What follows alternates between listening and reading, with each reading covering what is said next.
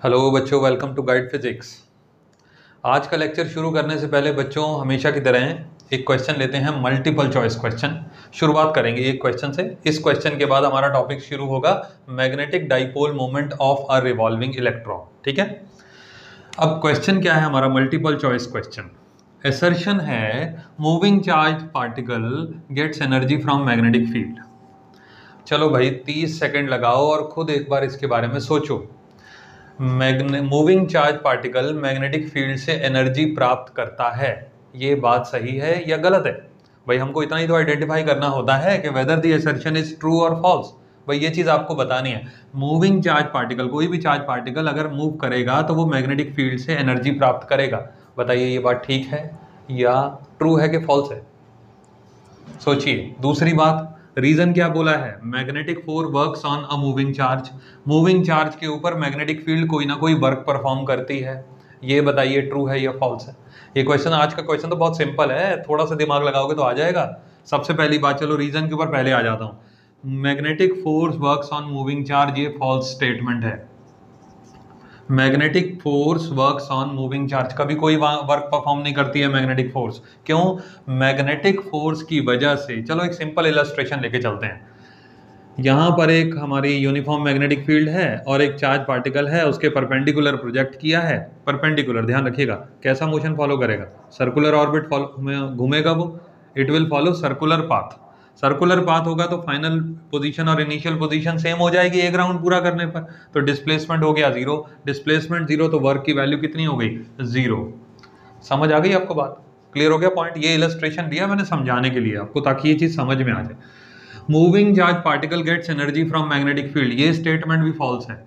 क्यों है स्टेटमेंट ये फॉल्स? बताइए। Moving charge particle gets energy from magnetic field, no. Magnetic field moving charge के ऊपर फोर्स लगाती है। It applies some force on moving charge particle. अगर वो चार्ज पार्टिकल पैरेलल जा रहा है या एंटी पैरेलल जा रहा है या चार्ज पार्टिकल रेस्ट पे रखा है तो फोर्स भी नहीं लगेगा। फोर्स लगेगा तभी जब angle other than 0 degree, other than 180 degree होगा। ठीक है ना? And it should have some velocity. Charge particle should be moving.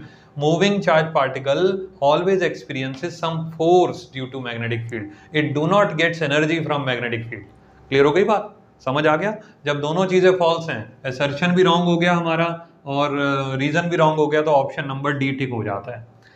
Assertion और रीजनिंग वाले क्वेश्चन में ये ध्यान रखना है कि ये जो चारों ऑप्शन टिक तभी करना है जब इनकी कंडीशंस पहले पढ़ लेनी है। ठीक है ना? चलिए अब आज का टॉपिक हम शुरू करते हैं, magnetic dipole moment of a revolving electron. बहुत अच्छा टॉपिक है, इंपॉर्टेंट है बच्चों, बहुत कुछ समझ में आ जाएगा इससे। काफी सारी बातें डिस्कस करूंगा आपके साथ। देखिए भाई, ये न्यूक्लियस होता है, ठीक है ना? इसको आपको ड्रॉ करने की जरूरत नहीं, सिर्फ समझाने के लिए बना रहा हूँ। ये चीज ड्रॉ करने वाली है और बाद में इसको नोट भी कर लेना। देखिए इलेक्ट्रॉन इस तरीके से रिवॉल्व कर रहा है। भाई जाहिर है इलेक्ट्रॉन रिवॉल्व करेगा भाई, और जरूरी तो है नहीं कि एक ही इलेक्ट्रॉन हो। ठीक है ना भाई? एटम के अंदर कई सारे मल्टीपल इलेक्ट्रॉन्स हो सकते हैं। मैं एक इलेक्ट्रॉन को कंसिडर कर रहा हूँ। हमने एक इलेक्ट्रॉन ले लिया, ई माइनस, ये सिंबल होता है इलेक्ट्रॉन का। ठीक है ना? यहां से आप देखो इलेक्ट्रॉन ऐसे रिवॉल्व करेगा, इस तरीके से रिवॉल्व करेगा। ये पूरा एरो से मैंने दिखा दिया उसके रेवोल्यूशन का डायरेक्शन। ठीक है ना? वो किस तरीके से रिवॉल्व कर रहा है। It is revolving in a circular orbit. I am considering circular orbit, तो सर्कुलर ऑर्बिट का रेडियस मैं ले लेता हूं आर। ठीक है ना? यहां पे आर हो गया हमारा रेडियस ऑफ सर्कुलर ऑर्बिट। अब इलेक्ट्रॉन ऐसे रिवॉल्व कर रहा है। भाई इलेक्ट्रॉन रिवॉल्व कर रहा है तो जाहिर है उसके साथ करंट एसोसिएटेड है। इस बात को आगे बढ़ाने से पहले थोड़ी सी बात और बताता हूं। मैग्नेटिक डाइपोल मोमेंट एक जो क्वांटिटी है, ये किससे रिलेटेड है? आपके मन में हो सकता है ये सवाल भी आया हो कि भाई रिवॉल्विंग इलेक्ट्रॉन, बड़ा अजीब सा केस हो गया ये तो, हम तो एटम के अंदर पहुंच गए, है ना? ये तो केमिस्ट्री से रिलेटेड पॉइंट हो गया। अब मैं यहाँ पे ना थोड़ा सा आपको एसोसिएशन दिखाता हूँ इनका। मैग्नेटिक डाइपोल मोमेंट किससे रिलेटेड होता है? मैग्नेटिक डाइपोल से। भाई मैग्नेटिक डाइपोल मोमेंट जो क्वांटिटी है that is related to magnetic dipole. Magnetic dipole आप किसे बोलोगे? जिसमें एक जगह नॉर्थ हो और दूसरी जगह साउथ हो, जैसे कि बार मैग्नेट, इसको आप बोल सकते हो। लेकिन पिछली क्लास में हमने आपको ये बात बताई थी कि मैग्नेट का जो असली कॉज होता है ना, वो करंट का डायरेक्शन होता है। ये ध्यान रखिए, ठीक है ना? करंट का डायरेक्शन होता है। कोई भी एंटी क्लॉकवाइज देख लो या क्लॉकवाइज मान लो, इसे एक तरफ से कुछ भी आप ले लो। हमने ये चीज आपको क्लियर करी थी, तो पिछली वाली क्लास आप जरूर इसको जरूर वॉच करें, जिससे आपको ये चीज समझ में आ जाएगी। अब magnetic dipole moment magnetic dipole से रिलेटेड है। अब डाइपोल कहाँ बनेगा? जहां दो पोल होंगे, नॉर्थ और साउथ। और नॉर्थ और साउथ पोल जनरेट कैसे होगा? करंट की डायरेक्शन से। अगर एंटी क्लॉकवाइज है तो नॉर्थ, और दूसरा ऑटोमेटिकली साउथ हो जाएगा। एक साइड से एंटी क्लॉकवाइज तो दूसरी साइड से क्लॉकवाइज, तो नॉर्थ और साउथ दो पोल्स आ गए। अब जब दो पोल आ गए, ये करंट होना चाहिए, दो पोल आ गए तो इसका मतलब डाइपोल, और डाइपोल है तो उसके साथ मैग्नेटिक डाइपोल मोमेंट भी एसोसिएटेड हो गया। ठीक है ना? अब सुनिए जरा, करंट आया कैसे? करंट कैसे आता है? करंट का मतलब होता है basically flow of charge, Q upon T, आप जानते हैं इस बात को। अब Q का फॉर्मूला क्या होता है? I is equal to n e upon t. ठीक है जी, Q is equal to n e, quantization के हिसाब से प्लस माइनस एन ई लगाना चाहिए, चलो मैं प्लस माइनस एन ई लगा देता हूँ। I is equal to n e upon t. अब नंबर ऑफ इलेक्ट्रॉन अगर 1 है, सॉरी अगर n की वैल्यू 1 है, we are considering 1 electron only, तो I is equal to minus e upon t. देखिए आ रहा है ये पॉइंट, हर चीज को समझिएगा, ये बहुत जरूरी पॉइंट है। I is equal to minus e upon t. अब यहां से आपको एक नई चीज और बताता हूँ, चीज तो पुरानी है लेकिन उसका एक्सप्लेनेशन दे रहा हूँ। हम ये बात जानते हैं कि जो इलेक्ट्रॉन होता है, अगर वो एंटी क्लॉकवाइज ट्रेवल कर रहा है, इसका मतलब करंट की डायरेक्शन क्या हुई? क्लॉकवाइज। करंट की डायरेक्शन हमेशा इलेक्ट्रॉन की डायरेक्शन के अपोजिट मानी जाती है। ठीक है ना? आप आई को कैपिटल आई से भी डिनोट कर सकते हैं, करंट को स्मॉल आई से भी डिनोट कर सकते हैं। अब यहां पर आप देखिए माइनस साइन आ रहा है, माइनस साइन इंडिकेट करता है कि इलेक्ट्रॉन का जो डायरेक्शन ऑफ मोशन है, करंट का डायरेक्शन ऑफ मोशन उसका अपोजिट है। What is the significance of this negative sign? ये चीज समझनी चाहिए। This negative sign indicates, ये स्टेटमेंट आप नोट कर सकते हो, this negative sign indicates that the direction of current is opposite to the direction of motion of electrons। ठीक है ना? क्वेश्चन कैसे बन सकता है? What is the significance of this negative sign? अच्छा जी, अब हमारे पास I is equal to E upon T आ गया फॉर 1 इलेक्ट्रॉन। ये हमने करंट की बात करी। अब सुनिए आगे की बात, जब अब एक इलेक्ट्रॉन से ज्यादा भी हो सकता है, मैं एक इलेक्ट्रॉन कंसीडर करके चल रहा हूं फिलहाल। अब ये इलेक्ट्रॉन ऐसे ऐसे ऐसे ऐसे रिवॉल्व करेगा, तो जब ये अपनी इनिशियल पोजीशन पे दोबारा लौट के आएगा, तो इसका मतलब इसने कोई ना कोई टाइम तो लिया ना, that time is known as time period. आप समझते हैं इस बात को? अर्थ जो है वो सन के आसपास घूमती है एक साल में 365 डेज, 365 1/4 होता है, उसको 365 मान लो, एक साल। एक साल क्या हो गया? टाइम पीरियड ऑफ रेवोल्यूशन, मतलब पूरा राउंड कवर करने में जो टाइम लगा, that is known as capital T, time period. तो यहां पर जब इलेक्ट्रॉन इस पॉइंट पे अपने वापस आएगा, तो it will consume some time, that time is known as time period. तो अगर आप सिंगल इलेक्ट्रॉन के लिए करंट निकालते हो, तो स्मॉल टी की जगह पे कैपिटल टी आ जाता है, और I becomes minus e upon t. अब क्योंकि नॉर्मली करंट एक स्केलर क्वांटिटी है, तो उसमें जनरली ना हम मैग्नीट्यूड कंसिडर करते हैं जब हमें कोई ना कोई फॉर्मूला डिराइव करना होता है। ठीक है ना? या फॉर्मूला के हिसाब से कोई कैलकुलेशन करनी होती है, तो जनरली हम मैग्नीट्यूड कंसिडर करते हैं। तो इन मैग्नीट्यूड टर्म्स, अगर हम इसकी मैग्नीट्यूड की बात करें, ये साइन लगाने की जरूरत नहीं है क्योंकि नॉर्मली वेक्टर के साथ लगाया जाता है। आप स्टेटमेंट लिख सकते हो इन मैग्नीट्यूड टर्म्स, और इन मैग्नीट्यूड हमारा I की वैल्यू हो गया E/T। बताइए ठीक है? ये फॉर्मूला समझ में आ रहा है? E/T, बहुत जरूरी बातें हैं, छोटे छोटे पॉइंट्स हैं, बड़ा मजा आएगा, इसमें ध्यान दीजिएगा। E/T, आपको ना कंसेप्ट इजीली समझ में आ जाएगा और रटना नहीं पड़ेगा बिल्कुल भी। जो जो बातें बता रहा हूँ, जैसे जैसे बोल रहा हूँ, उसको ध्यान देते जाओ। अब ये हो गया हमारा टाइम। ठीक है जी? टाइम का जनरल फॉर्मूला क्या होता है? अभी आप 9-10 से पढ़ते हुए आ रहे हैं, टाइम का जनरल फॉर्मूला क्या होता है? Distance upon speed. तो time is equal to distance divided by speed, लिख दिया मैंने। अभी डिस्टेंस क्या हुआ? पूरा राउंड कवर करा, तो distance is equal to circumference. तो time is equal to circumference divided by speed. तो सरकमफ्रेंस हो गया 2πr डिवाइडेड बाय स्पीड। देख सकते हैं ना आप लोग? समझ में आ रही बात? अभी टाइम पीरियड भी हमारे पास आ गया। करंट को ये फॉर्मूला मार्क करके रखना है क्योंकि हम इसको आगे चेंज करने वाले हैं। अब यहाँ पे टाइम पीरियड भी आ गया। टाइम पीरियड को रिवर्स कर दो तो क्या बन जाता है? Frequency is defined as reciprocal of time period. तो ये बन गया हमारे पास v/2πr। इसी तरीके से जो चीज सर्कुलर मोशन को फॉलो कर रही है, 11th क्लास में आप पढ़ के आए हैं, उसके साथ फ्रीक्वेंसी एसोसिएटेड है, एंगुलर फ्रीक्वेंसी भी एसोसिएटेड होती है, तो वो भी कैलकुलेट कर सकते हो। एंगुलर फ्रीक्वेंसी का फॉर्मूला होता है 2 पाई न्यू, तो omega becomes 2 pi into v over 2 pi r. यहां से 2 पाई से 2 पाई कैंसिल, तो omega becomes v by r. एक और रिलेशन भी है, v is equal to r omega, ये भी आपने सर्कुलर मोशन में पढ़ा होगा, ठीक है ना, v is equal to r omega.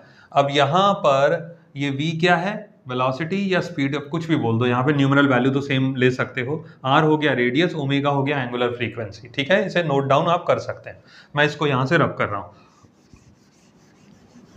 अब क्या होता है, जब आपने इतना सेक्शन कर लिया, टाइम पीरियड की वैल्यू भी हमारी आ गई। अब एक काम करते हैं, टाइम पीरियड की वैल्यू को ना यहाँ पे प्लेस करते हैं। देखिए, तो I इज इक्वल टू हो जाएगा E divided by time period की जगह हमने लिख दिया 2 पाई R डिवाइडेड बाय V, ठीक है, V ऊपर चला जाएगा, तो I becomes EV over 2 pi R। ये बड़ा इंपॉर्टेंट फॉर्मूला है जब भी आप इस टॉपिक की बात करें, रिवॉल्विंग इलेक्ट्रॉन की जब भी आप बात करेंगे, तो ये I का ना बहुत इंपॉर्टेंट फॉर्मूला है, ये आपको काफ़ी जगह मदद करने वाला है, ठीक है ना। मल्टीपल चॉइस क्वेश्चंस का पेपर आने वाला है, तो छोटे छोटे फैक्ट्स को ध्यान रखो, भूलना नहीं। अब आपको करंट के बारे में अच्छे तरीके से बात पता चल गई। अब हम बात करते हैं मैग्नेटिक डाइपोल मोमेंट की।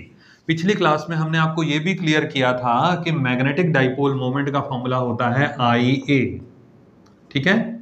अब अगर करंट किसी कॉइल में ट्रेवल कर रहा है तो मैग्नेटिक मोमेंट की वैल्यू IA होती है, लेकिन अगर उसी कॉइल में नंबर ऑफ टर्न्स एक से ज्यादा हैं तो आप ऐसा भी लिख सकते हैं, for n turns m is equal to m is equal to NIA। आप इसको ऐसा भी लिख सकते हो, ठीक है ना।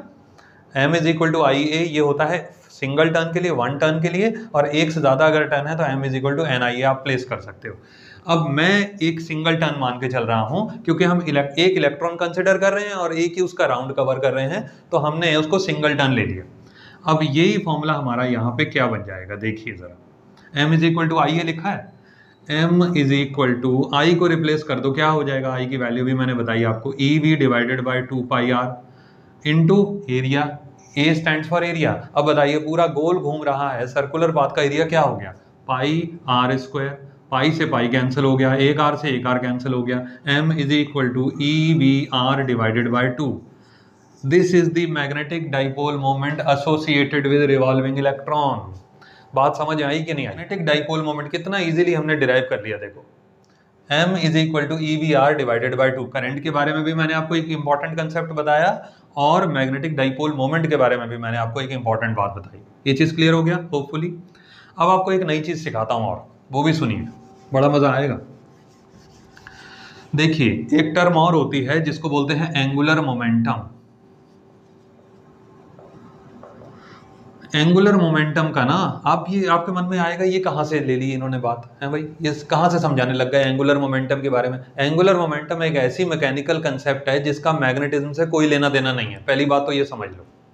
अगर मल्टीपल चॉइस क्वेश्चन आ जाए ना कि what is the relation of या what is the effect of angular momentum on magnetism, आप लिख देना नो इफेक्ट, ऑप्शन आएगा उसमें जरूर, नो इफेक्ट, ठीक है ना। एंगुलर मोमेंटम का कोई लेना देना नहीं है। अब ये क्यों समझाया जा रहा है, ये अभी आगे थोड़ी देर में पता चलेगा। एंगुलर मोमेंटम आप 11th क्लास में भी पढ़ के आए हैं, नहीं पढ़ के आए हैं तो समझ लो, फॉर्मूला होता है MVR। नॉर्मल लीनियर मोमेंटम की अगर आप बात करो, P इज इक्वल टू क्या होता है, मास इनटू वेलोसिटी, ठीक है ना। एंगुलर मोमेंटम होता है MVR, ये देखिए ध्यान से। और एंगुलर मोमेंटम किससे रिलेटेड है, एक बॉडी जो गोल गोल घूम रही है या रोटेटरी मोशन फॉलो कर रही है या सर्कुलर मोशन फॉलो कर रही है, उसके साथ एंगुलर मोमेंटम का टर्म जुड़ा होता है। अब यहां पर आप क्या करो, एंगुलर मोमेंटम लाने के लिए मल्टीप्लाई m से कर दो, डिवाइड भी कर दो। अब अगर आप किसी चीज को मल्टीप्लाई करोगे तो जाहिर है डिवाइड तो करना ही पड़ेगा, ठीक है ना। अब ये देखिए m, ये m लिखा है, ये लिखा है VR, देख सकते हैं आप, MVR क्या बन गया हमारे पास, एंगुलर मोमेंटम। तो मैग्नेटिक डाइपोल मोमेंट बिकम्स, ये हो गया MVR को लिख देता हूं मैं L, तो EL डिवाइडेड बाय 2m। अब ये m पता है क्या चीज है, m का मतलब है मास ऑफ इलेक्ट्रॉन। यहाँ पे आप ME भी लिख सकते हो, ठीक है ना, कोई ज़रूरत नहीं है सिर्फ ME लिखो, आप ME से भी डिनोट कर सकते हो। अब ये देखिए, मैग्नेटिक डाइपोल मोमेंट का एक नया फॉर्मूला आ गया in terms of angular momentum. क्योंकि इलेक्ट्रॉन रिवॉल्व कर रहा था इसलिए एंगुलर मोमेंटम एसोसिएटेड है, हमने यहाँ पर उसके बारे में मेंशन कर दिया। अब ये दूसरी बात समझ में आ गई। एक और चीज़ भी सुनो, अब क्या करो, m/l ले आओ, m/l magnetic dipole moment, ratio of magnetic dipole moment and angular momentum. इसको दूसरे शब्दों में बोल सकते हो angular moment, magnetic dipole moment per unit angular momentum, ऐसा भी बोल सकते हो। ठीक है, क्या बन जाएगा बताइए, E/2m। अब ये सारी चीजें इंपॉर्टेंट है, ये सारी चीजें इंपॉर्टेंट है। E/m को बोलते हैं specific charge of electron, note कर लो इस बात को, स्पेसिफिक चार्ज ऑफ इलेक्ट्रॉन। ठीक है, स्पेसिफिक चार्ज ऑन इलेक्ट्रॉन ऐसा भी बोल दिया जाता है कभी भी, स्पेसिफिक चार्ज का टर्म हमेशा याद रखो। अब ये दूसरी बात, एक चीज और सुनिए, E क्या है, कांस्टेंट, M क्या है, ये भी कांस्टेंट, अब 2 क्या है, वो तो वैसे ही कांस्टेंट है, नंबर है भाई, ये भी न्यूमरेटर भी कांस्टेंट, डिनोमिनेटर भी कांस्टेंट, तो बताइए m/l क्या बना, it is a constant quantity. तो कोई भी रिवॉल्विंग इलेक्ट्रॉन के लिए अगर आप मैग्नेटिक डाइपोल मोमेंट का और एंगुलर मोमेंटम का रेशियो निकालेंगे तो वो हमेशा क्या आने वाला है, कांस्टेंट। बताइए समझ आ गया आपको, ये कांस्टेंट क्लियर हो गया पॉइंट, इसको अच्छे से ध्यान रखिएगा, बहुत जरूरी पॉइंट है। इससे एक बात और बता सकता हूं, अगर मैग्नेटिक डाइपोल मोमेंट बढ़ेगा, इलेक्ट्रॉन रिवॉल्व कर रहा है, अगर मैग्नेटिक डाइपोल मोमेंट बढ़ेगा तो एंगुलर मोमेंटम भी ऑटोमेटिकली बढ़ जाएगा, बस ऐसे समझो। एंगुलर मोमेंटम किस पे डिपेंड करता है, मास, वेलोसिटी और रेडियस के ऊपर। ये भी क्वांटिटीज बदल जाएंगी, अगर m की वैल्यू बदलेगी तो l की वैल्यू भी समान मात्रा में बदलेगी, इसको ऐसे समझ सकते हो। समान मात्रा का मतलब हो गया कि दोनों को अगर इसको डबल करेंगे तो ये भी डबल हो जाएगा, इसको m को हाफ करेंगे तो l भी हाफ हो जाएगा, तो ऑटोमेटिकली जब l की वैल्यू हाफ करोगे तो इनमें भी तो कोई ना कोई बदलाव आएगा। ठीक है, तो ये ध्यान रखिएगा, this value is always a constant quantity. E/m के बारे में मैंने आपको बता दिया, E इसकी वैल्यू भी आप निकाल सकते हैं, 1.6 इंटू 10⁻⁻19 मैग्नीट्यूड रख रहे हैं, ठीक है, डिवाइडेड बाय 2, और me की वैल्यू होती है, मास ऑफ इलेक्ट्रॉन होता है 9.1 इंटू 10⁻31। अब इसको कैलकुलेट आप कर सकते हैं, मेरा ख्याल ये आएगा, डेसिमल से डेसिमल हटा देते हैं अगर हम, तो ये कैलकुलेशन बन जाती है यहाँ पे, 2 से ये कैंसिल कर देते हैं, आ गया 8, और 8 इंटू ये -31 है और -19 है, कितना बनेगा भाई, 19, 20 और 11 यानी कि 12, ये तो ये बन गया। ठीक है, 10⁻⁻12, अब -12 को ऊपर ले जाओ तो 8 इंटू 10⁻12 तो यही आ गया, डिवाइडेड बाय 91। अब एक काम और करो, 800 अगर इसको हम बना दें, 800 अगर हम इसको बना दें तो ये बन जाएगा 10 और डिवाइडेड बाय 91।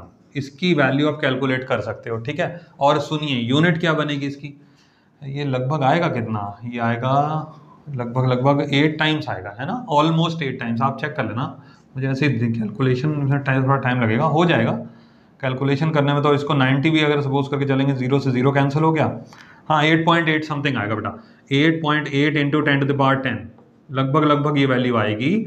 और इसका यूनिट क्या बनेगा, इलेक्ट्रॉन का जो चार्ज होता है उसकी जो चार्ज 1.6 इंटू 10⁻⁻19 जो वैल्यू रखा, इसकी यूनिट बन गई कूलम इलेक्ट्रॉन के चार्ज की, और मास की यूनिट बन गई केजी, तो कूलम पर केजी।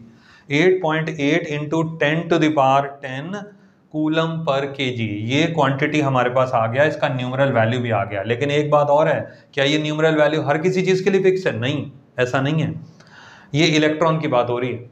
अगर यहीं पे आप प्रोटॉन रख दोगे तो चार्ज भले ही वही रहे लेकिन मास तो बदल जाएगा ना, तो this ratio will be different. अगर आप अल्फा पार्टिकल ले लेते हो तो चार्ज बदल जाएगा, मास भी बदल जाएगा, तो this ratio will be different for alpha particle also.